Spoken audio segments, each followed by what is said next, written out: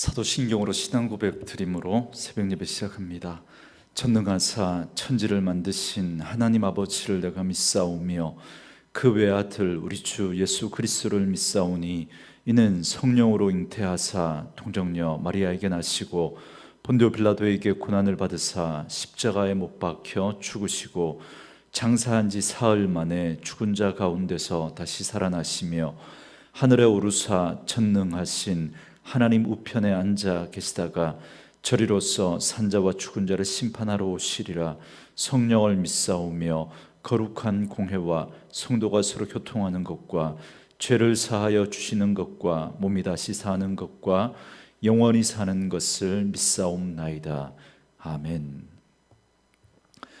이 아침에 우리에게 주시는 하나님의 말씀은 누가복음 24장 13절에서 35절 말씀까지입니다. 누가복음 24장 13절에서 35절 말씀까지입니다. 말씀 찾으셨으면 한 목소리로 같이 읽습니다. 그날에 그들 중 둘이 예루살렘에서 25里되는 엠마오라 하는 마을로 가면서 이 모든 된 일을 서로 이야기하더라. 그들이 서로 이야기하며 문의할 때에 예수께서 가까이 이르러 그들과 동행하시나 그들의 눈이 가리어져서 그인 줄 알아보지 못하거늘 예수께서 이르시되 너희가 길 가면서 서로 주고받고 하는 이야기가 무엇이냐 하시니 두 사람이 슬픈 빛을 띠고 머물러 서더라. 그 한 사람이 글로바라 하는 자가 대답하여 이르되 당신이 예루살렘에 체류하면서도 요즘 거기서 된 일을 혼자만 알지 못하느냐. 이르시되 무슨 일이냐. 이르되 나사렛 예수의 일이니 그는 하나님과 모든 백성 앞에서 말과 일에 능하신 선지자이거늘 우리 대제사장들과 관리들이 사형 판결에 넘겨주어 십자가에 못 박았느니라.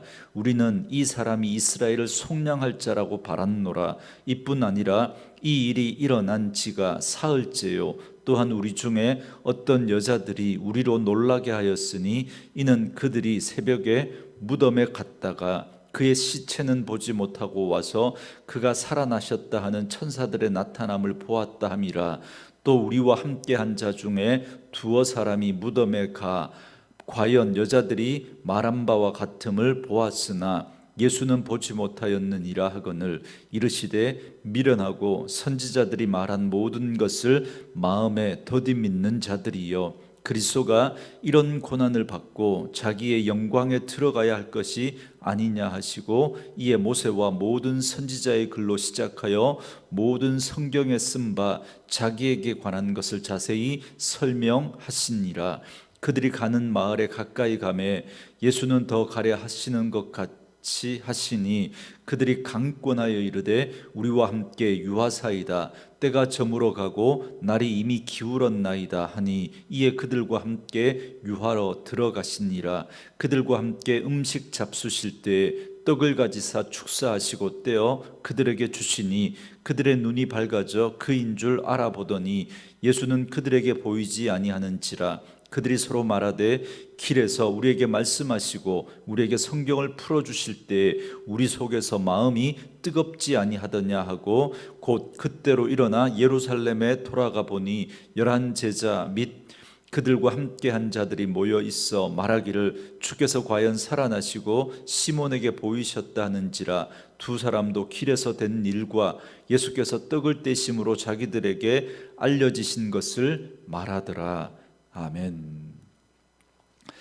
오늘은 함께 읽으신 누가복음 24장 13절에서 35절 말씀을 중심으로 시린 슬픔이 뜨거운 감격으로라는 제목의 말씀으로 잠시 은혜를 나누겠습니다. 예수님은 부활하시고 난 다음에 40일 동안 이 땅에 머무시면서 많은 사람들에게 부활하신 자신을 나타내셨습니다.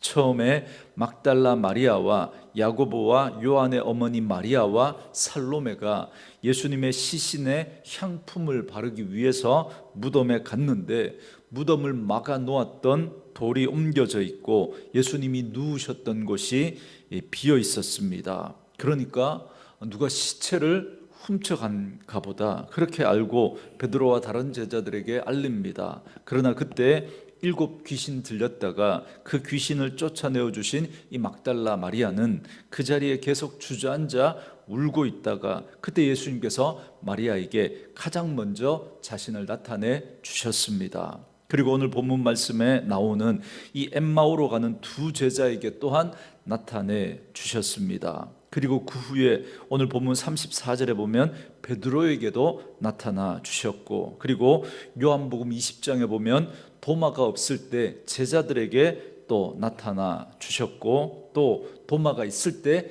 다시 한번 나타나 주셨습니다. 그리고 요한복음 21장에 보면 갈릴리 바닷가에서 고기를 잡던 제자들에게 나타나셨고, 그리고 고린도전서 15장에 보면 500여 형제에게 일제히 그렇게 나타나셨던 적도 있고, 그리고 예수님의 동생 야고보에게 나타나시기도 하셨습니다. 그리고 마지막으로 승천하실 때 감람산에 모여 있었던 그 모든 사도들에게 나타나셨고, 승천하신 이후이긴 하지만 다메섹 도상에서 사도 바울에게 나타나신 적도 있습니다.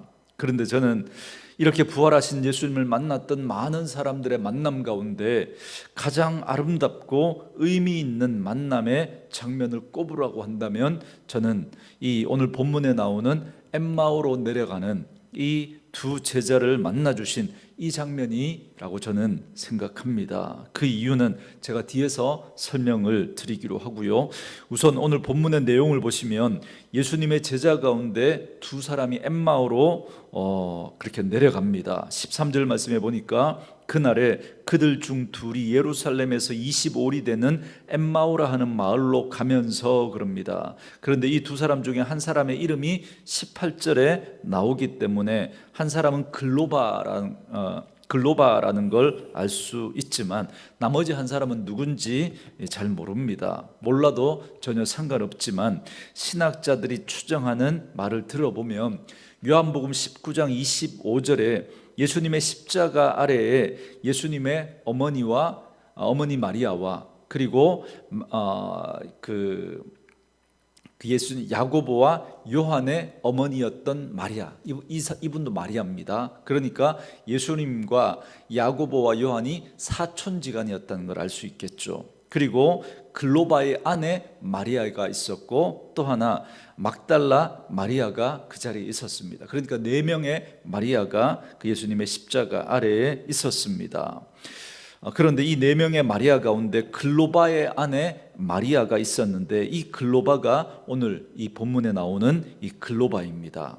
그러니까 이 글로바와 그의 아내 마리아라고, 그 글로바의 아내가 이제 마리아가 그 예수님의 십자가상에 있었는데, 오늘 엠마오로 가는 2 제자 가운데 한 사람이 바로 그 남편이었던 글로바라는 겁니다. 그런데 이 한 옆에 있는 한 사람, 하나는 글로바인데 그러면 한 사람은 누구일까? 신학자들이 추정하기를 아마 이 글로바와 이 마리아가 같이 예수님을 따랐던 제자였던 것으로 추정을 합니다. 그런데 예수님께서 십자가에 못 박혀 죽으시는 걸 보면서 실망하고 자기가 살던 고향으로, 그러니까 이 엠마오가 고향이 아니었을까 추정을 하면서 그렇게 고향으로 내려가다가 예수님을 만나지 않았을까 그렇게 추정을 합니다. 그리고 이 엠마오가 정확히 어딘지 그렇게 알 수는 없지만 오늘 본문 13절에 나오는 것처럼 예루살렘에서 한 25리 정도 되니까 한 10km 정도 떨어진 마을입니다. 그래서 학자들은 이곳이 아마도 선지자 사무엘의 고향인 라마가 아닐까 그렇게 추정을 하는데, 뭐 이런 건 몰라도 상관없습니다. 어쨌든 중요한 건 이 2 사람은 큰 기대를 갖고 예수님을 따랐다가 예수님이 힘없이 십자가에서 못 박혀 죽으시는 모습을 지켜보면서 그들의 모든 기대가 다 물거품이 되어 사라져 버렸던 겁니다. 그래서 그들은 그것 때문에 슬픔과 실망과 좌절을 안고, 그래서 다시 예전에 살던 고향으로 돌아가고 있었던 거죠. 그러나 그들은 사실 이전에 예수님이 부활하셨다는 소식을 이미 듣고 있었습니다. 24장 9절 말씀에 보면 예수님의 부활을 가장 먼저 목격했던 여인들이 11사도와 다른 모든 제자들에게 예수님의 부활을 알렸습니다. 그런데 11절에 보시면 그들의 말이 허탄한 듯이 들려서 믿지 않았다 그럽니다. 여러분, 충분히 이해가 되죠. 인간의 이성으로 생각할 때 어떻게 죽은 사람이 다시 살아날 수 있겠습니까? 그래서 부활의 소식을 들었지만 허탄한 말로 여겼다는 겁니다. 믿지 않았다는 거죠. 그리고는 예루살렘에서 떠나 고향으로 돌아가고 있었던 겁니다. 그러나 가면서도 마음이 편치 않았던 것 같습니다. 14절에 보니까 이 모든 된 일을 서로 이야기하더라 그럽니다. 그러니까 자신들이 직접 눈으로 목격했던 예수님의 죽음과 그리고 몇몇 여인들이 예수님이 부활했다고 하는 그 소식까지 그들이 다 들으면서 이런저런 이야기들을 그들이 하고 있었던 거죠. 아마 여러 가지 그런 복잡한 마음으로 혼란스러워하면서 이야기를 했을 겁니다. 그러면서 이 마리아가 예수님의 시신에 향품을 바르기 위해서 무덤에 갔다가 부활하신 예수님을 만났다고 하는데 넌 그 말 믿을 수 있겠냐? 그러면서 서로 이렇게 주고받으면서 그건 무슨 말도 안 되는 소리냐고, 사람이 죽었는데 어떻게 살아나겠냐고, 아마 그렇게 하면서 주고받으면서 자기가 예루살렘에 그동안 예수님 따르면서 겪었던 그런 일들을 이야기하면서 길을 가고 있었던 것 같습니다. 그들이 그렇게 그날 있었던 일들을 말하면서 슬픔과 낙심에 빠져서 길을 가고 있었을 때 15절에 보니까 그들 곁에 예수님이 오셔서 동행하십니다. 그러나 이상한 건 그들이 익히 잘 알고 있었을 그 예수님이 곁에서 함께 길을 가고 있는데도 그들이 예수가 누구인 줄, 예수님인 줄을 알아차리지 못했다라는 겁니다. 여러분, 그 이유가 뭘까요? 저는 두 가지 이유 때문이라고 생각합니다. 하나는 마가복음 16장 12절에 보시면 그 후에 그들 중 두 사람이 걸어서 시골로 갈 때에 예수께서 다른 모양으로 그들에게 나타나시니 그럽니다. 그러니까 부활하신 예수님은 분명히 우리의 눈으로 볼 수 있고 손으로 만질 수 있는 육체를 가지신 분으로 부활을 하셨지만, 그러나 고린도전서 15장에 보면 신령한 몸으로 부활할 것을 말씀하고 있습니다. 그리고 마가복음 16장에서도 다른 모양으로 나타나셨다. 그러니까 아마 부활한 몸은 그 전에 가지고 있었던 그 육체와는 좀 다른 모습이 아닐까 그렇게 여겨집니다. 그래서 이 두 사람이 예수님인 줄 몰라봤던 거죠. 그러나 제자들이 유대인들을 두려워해서 모인 곳에 문을 잠그고 있었을 때 예수님이 거기 들어가십니다. 그리고 그 손과 옆구리를 보여주셨을 때 제자들이 예수인 줄 알아봤거든요. 그렇다면 분명히 바뀐 모습이긴 하지만 그러나 못 알아볼 만큼 전혀 다른 모습은 아니었을 것 같다라는 생각을 합니다. 그런데 그들은 왜 예수님을 알아채지 못했을까? 그들에게 예수님은 죽은 사람이기 때문에 그렇습니다. 왜요? 자신이 직접 눈으로 봤거든요. 목격했거든요. 예수님이 십자가에서 죽는 걸. 그래서 그렇게 죽은 예수는 다시는 그들과 함께 할 수 없다라고 그렇게 생각했기 때문에, 그래서 예수님이 그들과 함께 하고 있음에도 불구하고 그들은 예수가 부활했다고는 꿈에도 생각하지 못했던 겁니다. 믿지 않았던 거죠. 그 예수님의 말씀을 마음에 두지 않았던 겁니다. 다시 말하면 그들에게 말씀이 없었기 때문에 그렇습니다. 말씀이 없었기 때문에. 여러분, 말씀이 없는 자는 마치 눈이 가려져 있는 것과 똑같습니다. 그렇기 때문에 우리가 잠자는 자와 같이 않고 깨어있는 그런 삶을 살아가기 위해서는 항상 말씀을 중심으로 살아가야 합니다. 여러분, 이 두 제자는 말씀을 들었습니다. 예수님으로부터 수도 없이 말씀을 들었습니다. 그리고 예수님께서 십자가의 길을 가까이 가시면서 거듭거듭 말씀하시죠. 고난을 받을 것과 고난받을 것과 십자가에서 죽으실 것과 그리고 3일 만에 부활하실 것에 대해서 거듭거듭 말씀해 주셨지만 그들은 믿지 않았던 거예요. 그 말씀을 담아놓지 않았던 겁니다. 왜요? 자기 생각이 너무 컸기 때문에, 자기 기대가 너무 컸기 때문에 예수님의 말씀이 들어오지 못했던 겁니다. 그 말씀이 없으니까 그들의 눈이 가리워져서 그 예수가 지금 그들과 함께 있음에도 불구하고 알아보지 못했던 겁니다. 저는 말씀으로 이 하루를 시작하는 저와 여러분들이 늘 하나님의 말씀을 마음에 담아두는 분들 될 수 있기를 주님의 이름으로 축원합니다. 이제 17절에 보시면 예수님은 그들의 대화에 참여하십니다. 지금 보니까 아주 심각한 얘기를 하고 있는 것 같은데 도대체 무슨 얘기냐고 그러면서 말을 거시면서 물어오시죠. 그러니까 그들이 길을 가다가 멈추고 슬픈 얼굴로 예수님을 바라보면서 글로바라고 하는 이 사람이 오히려 예수님에게 이렇게 반문합니다. 아마 이 막 예루살렘에서 이렇게 엠마오로 막 출발했던 그 시점인 것 같습니다. 그래서 아니 당신은 예루살렘에서 나오면서 그곳에서 일어난 일을 당신 혼자만 모른단 말입니까? 그러면서 핀잔 섞인 말을 합니다. 그래도 예수님은 모른 척 물으십니다. 그러니까 19절에 이렇게 말합니다.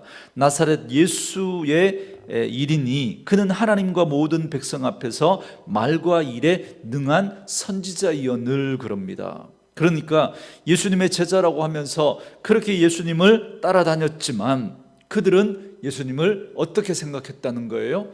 선지자쯤으로 생각했던 거예요.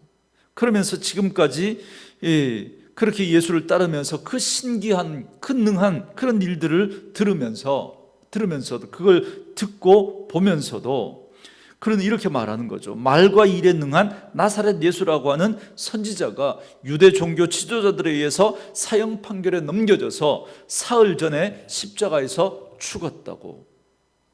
그래서 자신을 비롯해서 많은 사람들은 이 예수를 다들 이스라엘을 로마로부터 속량할 자라고 그렇게 바라고 기대했는데 너무나 허망하게 십자가에서 죽어버리니까 그 소망이 다 사라져버렸다고 그렇게 말합니다. 아쉬워하면서. 그리고 그날 일어났던 다른 일에 대해서도 덧붙여 말해줍니다. 바로 예수님의 부활에 관한 소식입니다. 여러분 22절에 보니까 몇몇 여자들이 무덤에 갔지만 예수의 시신을 보지 못하고 천사를 통해서 부활하셨다는 말만 듣고 내려왔다는 겁니다. 그 말을 듣고 베드로와 함께 두어 사람이 올라가서 그 무덤 확인해 보니까 정말 시체가 없더라는 거예요. 그 말까지 들었으면서도 부활은 그들이 믿지 않았던 거예요. 누가 시신을 훔쳐간 것 좀 그렇게 생각했던 거죠. 왜요? 말씀을 마음에 담아두지 않았기 때문인 거죠. 말씀을 마음에 담아두지 않았다는 건 그 말씀을 듣기는 들었지만 내 생각하고 맞지 않으니까 밀어내버렸던 겁니다. 예수님이 거듭거듭 고난받으시고 십자가에서 죽으시고 3일 만에 부활하실 것을 말씀하셨지만 그들이 가지고 있었던 생각은 예수님은 죽으시면 안 되고 죽을 수 없다는 거였습니다. 그래서 왜 그렇습니까? 죽으면 다시 살 수 없으니까, 죽으면 모든 것이 끝난다고 생각했으니까 그 생각을 계속 가지고 있었기 때문에 예수님의 큰 말씀을 들어도 담아놓지 않았고 흘려버렸던 겁니다. 결국은 예수님 말씀을 믿지 않았던 거죠. 여러분, 말씀을 믿지 않고 자기 생각으로 예수를 판단하는 자에게는 예수는 선지자가 될 수 있습니다. 선지자가 되기도 하고 선생이 되기도 하고 신기한 능력을 행하는 자가 되기도 하고 병 고치는 치료자가 되기도 하고 그리고 어떤 신기한 일을 행하는 그런 능력 있는 사람으로 되기도 합니다. 그러나 여러분, 그 모든 것들을 가지고 예수를 설명해도 여러분, 그것으로는 예수를 바르게 설명할 수 없습니다. 예수님은 자기 백성을 그들의 죄에서 구원할 자로, 메시아로, 그리스도로 오셨습니다. 여러분, 우리가 이 사실을 빼고는 예수님에게 어떤 이름을 갖다 붙여도 여러분, 그걸로는 옳지 않습니다. 사랑하는 성도 여러분, 여러분에게 예수님은 어떤 분이십니까? 그 예수님이 정말 여러분의 죄에서 구원해 주신 분이 맞습니까? 여러분, 제 가장 큰 특징이 지독한 자기 중심주의라고 제가 누누이 말씀을 드리죠. 그런데 우리는 예수를 믿어도 여전히 이기적이고 자기 중심적인 모습으로 살아가면서 그 예수마저도 내 이기적인 욕심을 채우기 위해서 존재하는 분처럼 그렇게 믿는 분들이 있습니다. 정말 그 예수님이 저와 여러분의 죄에서 구원해 주신 분이 맞습니까? 정말 그 예수님이 저와 여러분을 그 죄에서 구원해 주신 분이라면 우리는 그렇게 이기적이고 자기 중심적으로 여러분 우리 그렇게 살아갈 수 있겠습니까? 그럴 수는 없는 거죠. 이 아침에 꼭 한번 이 사실을 한번 점검해 보십시오. 나에게 예수는 어떤 분인지, 그저 신기한 일을 행하는 능력 있는 선지자 같은 분은 아닌지, 정말 나를 죄에서 구원해 주신 그 메시아 그리스도가 맞는지, 그래서 나는 그 죄에서 구원받은 사람인지 여러분 점검해 볼 수 있기를 바랍니다. 이제 25절에 보면 이 글로바의 말을 다 듣고 예수님께서 이렇게 말씀하십니다. 미련하고 선지자들이 말한 모든 것을 더디 믿는 자들이요, 그럽니다. 예수님은 그들의 불신앙을 탄식하시면서 책망하십니다. 주님은 자신과 함께하는 그 제자들에게 얼마나 이 십자가와 죽음에 대해서, 부활에 대해서 말씀하셨습니까? 그리고 그 일을 통해서 드러날 하나님의 영광을 얼마나 깊이 가르치셨습니까? 그 모든 일이 지금 말씀대로 이루어진 겁니다.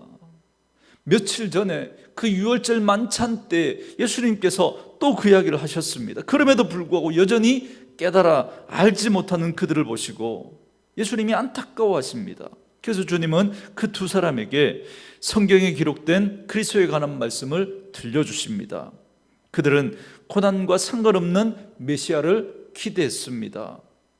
넘치는 힘과 권세로 자기 민족을 구원할 그런 힘 있는 메시아를 그들은 기대했던 겁니다. 그러나 주님은 그런 힘 있는 그런 그리스도가 아니라 주님은 이 땅에 오셔서 정말 어린 양으로 그렇게 십자가에서 피 흘려 죽으시는 그런 메시아로, 그런 그리스도로 주님께서는 그 사명의 길을 감당하셨던 거죠.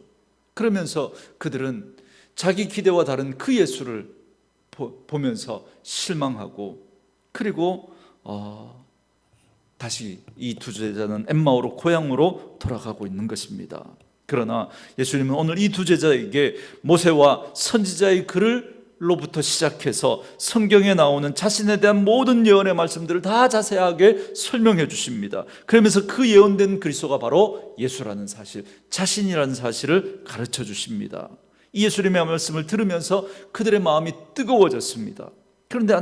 그런데 가까운 거리였기 때문에 어느새 그들이 목적한 엠마오까지 다 오게 된 겁니다. 그러나 예수님은 계속 길을 가려고 하시죠. 그러니까 그들이 억지로 강권해서 예수님과 함께 유하기를 청합니다. 그래서 예수님이 그들과 함께 들어가 식사하면서 떡을 떼어 축사하시고 나눠줍니다. 바로 그때 그들의 눈이 밝아집니다. 그제서야 그들이 지금까지 동행했던 분이 부활하신 예수님이라는 사실을 알아차리게 됩니다. 그러나 그 순간 예수님은 소위 우리가 말하는 순간 이동을 하셔서 그 자리를 떠나 보이지 않습니다. 여러분, 단순히 부활하신 예수님을 나타내는 게 목적이라면 왜 굳이 어렵고 힘들게 여러분 이렇게 합니까? 도마에게 하셨던 것처럼 그렇게 못자국 난 그 손을 보여주시고 옆구리, 창에 찔린 옆구리 보여주시고 내가 부활하신 예수다 그러면 될 텐데 왜 예수님께서 이렇게 하십니까? 왜 모세와 선지자의 글로부터 시작해서 모든 성경의 말씀을 살피면서 예수에 대한 말씀을 자세하게 설명해 주십니까? 왜 그럴까요? 왜? 말씀만이 영원하기 때문에 그렇습니다. 예수님은 부활하신 후에 40일 동안 이 땅에 계시다가 승천하시고 이제 그들에게 더 이상 나타내지 않습니다. 그러나 말씀은 영원히 함께 할 것입니다. 그래서 그 말씀을 통해서 우리는 부활의 증인으로 그리스도를 전해야 합니다. 그래서 예수님은 그 제자들에게 말씀을 통해서 부활의 증인으로 그리스도를 전해야 한다고 지금 말씀으로 예수님의 부활을 설명해내고 계신 겁니다. 예수님을 아는 분명한 신앙의 중심이 말씀으로 세워져야 한다는 겁니다. 32절 말씀 보세요. 예수님이 성경을 풀어주실 때 그들의 마음이 뜨겁게 감동되었습니다. 그래서 낙심과 슬픔으로 인해서 슬픈 기색을 띠며 엠마오로 돌아가던 그들이 33절에 보니까 곧 그때로 일어나 그럽니다. 그러니까 그 순간 그대로 일어나 다시 예루살렘으로 돌아갔다는 거예요. 벌써 해가 졌는데 돌아가 보니까 그곳에 여전히 사도들과 다른 제자들이 함께 모여 있습니다. 그 사이에 베드로도 부활하신 예수님을 만났던 모양입니다. 그래서 베드로도 부활하신 예수님 만난 이야기를 하고 있습니다. 그래서 두 사람도 자기들이 엠마오로 가던 그 길에서 만났던 그의 부활하신 예수님에 대한 이야기를 합니다. 여러분, 이처럼 주님을 만난 사람은 말하지 않을 수가 없는 거예요. 우리가 전도할 수밖에 없는 이유는 우리가 그 주님 만나고 있으면 그 감격이 우리가 자꾸만 예수에 대한 이야기를 할 수밖에 없는 겁니다. 저는 저와 여러분에게 이 감격이 있기를 원합니다. 날마다 주님 만나고 그 감격을 가지고 예수를 전하는 그런 분들 될 수 있기를 주님의 이름으로 축원합니다. 사랑하는 성도 여러분, 성도는 믿음으로 사는 자들입니다. 그래서 성경은 거듭거듭 우리에게 믿음을 요구합니다. 자꾸 뭔가 신기한 걸 보고 듣고 경험하려고 하면 안 됩니다. 성도는 말씀을 믿는 믿음의 터 위에 삶의 자리를 놓는 사람들입니다. 왜 제가 부활하신 예수님을 만난 사람들 가운데 이 엠마오로 가는 두 제자가 예수님을 만난 만남 중에 가장 아름답고 의미 있는 만남이라고 그렇게 말씀을 드리느냐면, 이들이 부활하신 예수님을 만난 건 말씀 때문이기 때문에 그렇습니다. 말씀 때문에 그들의 눈이 열리니까 그동안 함께 하셨던 분이 부활하신 예수님이라는 걸 알아보게 되었던 겁니다. 그리고 알아보는 순간 예수님은 그 자리에 계시지 않습니다. 왜냐하면 그들에게는 이미 말씀을 통해서 예수님의 부활을 믿는 믿음이 생겼기 때문에 그렇습니다. 그래서 그들에게는 이제 예수님은 보나 보지 못하나 여러분 이미 살아계신 분입니다. 그 말씀이 깨달아지니까 우리가 왜 자꾸 보려고 하고 들으려고 하고 그럽니까? 말씀을 믿지 못하기 때문에, 말씀을 깨닫지 못하기 때문에 그렇습니다. 말씀이 그들 앞에 있는 한 예수님은 눈에 보이든 보이지 않든 느끼든 느끼지 않든 여러분 상관없습니다. 그분은 늘 살아계시고 그들과 함께 하시는 분입니다. 그래서 보지 않아도 되는 거예요. 보지 않아도. 성도는 바로 그런 믿음으로 사는 사람들입니다. 어떻습니까? 오늘도 말씀과 함께 이 하루를 시작하는 저와 여러분들은 주님과 함께 살아가는 분들인 줄 믿습니다. 오늘도 말씀과 함께 그 주님과 동행하는 한 날 될 수 있기를 주의 이름으로 축원합니다. 오늘 주신 말씀 생각하면서 우리 이 찬양 들으시고 묵상하시면서 기도하는 시간 갖겠습니다.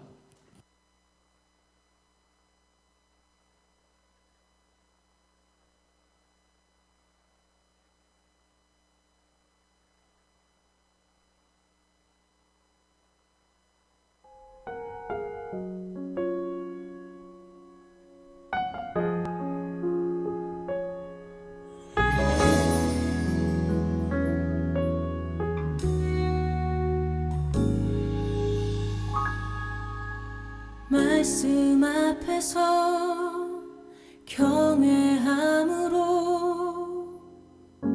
주께 홀로 섭니다.